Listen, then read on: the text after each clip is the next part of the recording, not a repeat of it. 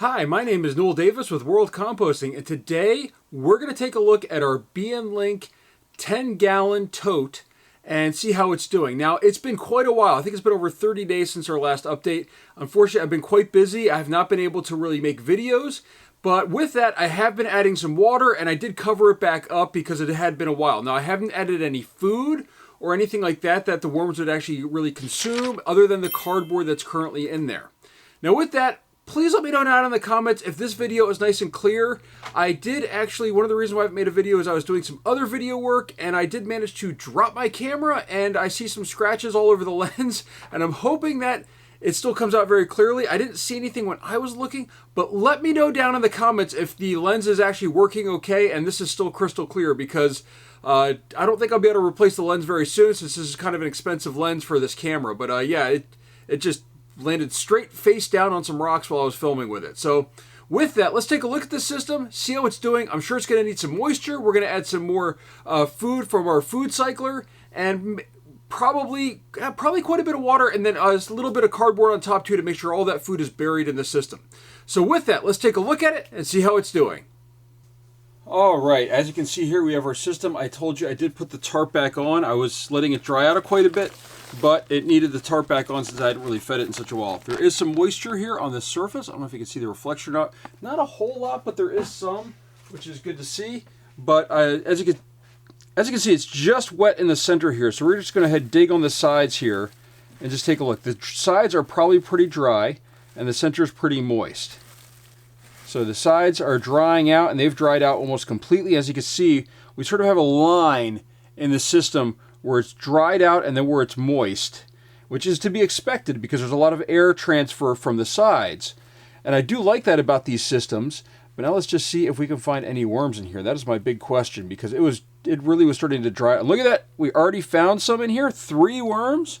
Nice big worms in here. These are these African night crawlers. They're doing a great job of consuming the material here in the center, but I'm sure that they need some more food. Another really big one here. Now these are actually kind of small. I've had them as long as my hand, or as long as these gloves, really longer than my hand, but long as these gloves, because they can get about 8 to 10 inches long. So as you can see here, they're a little bit lethargic, but they are moving pretty well. Again, lots of dry material on the sides, on this side as well. So with that, let's just dig down in the center here and just take a look, see what we can find in here. So we saw those worms. The big thing is I'm not sure what cocoons look like for these worms. So it's one of the things that I don't really see in here. And by the way, you can see I've got some of the biochar in here still. And I'm going to actually add more of that, but more broken down. Oh, wait, hold on. Here we go. Here's a baby. This one's a juvenile. So they're definitely expanding in here. So you can see there's a juvenile worm right there. Nice little worm.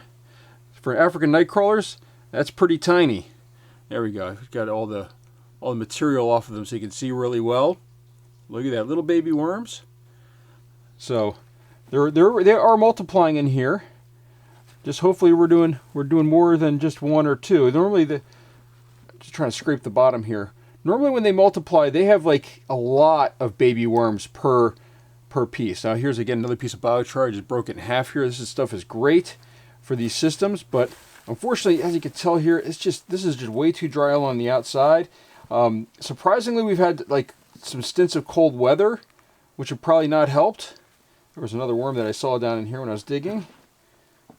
There we go, another big worm. So they're still in here. They're still doing okay. They're not probably great. We need some more moisture in here. We need some more food, and they can't eat anything that's dry, so that's why they're not really going to the outside. But the center section is just being devoured. So you can see in here, it's really, really being devoured, the center section. So what we're going to do is we're going to move some of this material to the sides. We're going to add a lot of water this time too, because we're really going to saturate everything. We're going to put the top back on. We're going to get this really, really moist again, and then I can always take the top back off. But the first thing we're going to do here is we're going to add some food. And as I said, we're adding food from the food cycler that I have, and just going to add that right in here. So that's a good amount of food, actually. I don't want to add too much because this is just a few African night crawlers, as far as we can tell right now. I'm going to go ahead and cover this up. I don't think we're going to add any. Well, maybe we'll add just a little bit of paper, but we're just going to go ahead and cover this up. You can see a worm right on top here. But what we're going to do is I have a bucket over here. I'm just going to try to bring this into the light here. that has ground up, you can see in there it's black, it's got ground up biochar that is floating in this liquid. And this is really good material for the worms. This is going to be nice and healthy for them. First off, the water in here is actually from my son's fish tank. So when I cleaned it out, I kept the water. So this already has a lot of nutrients in it. And you can see right there, it's really ground up. You can see this is just like a powder.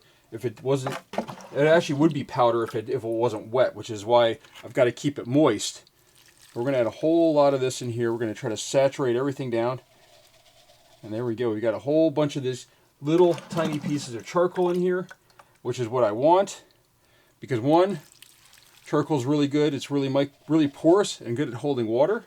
I got to rinse this out now. I think that's good for that. Actually, one more scoopful.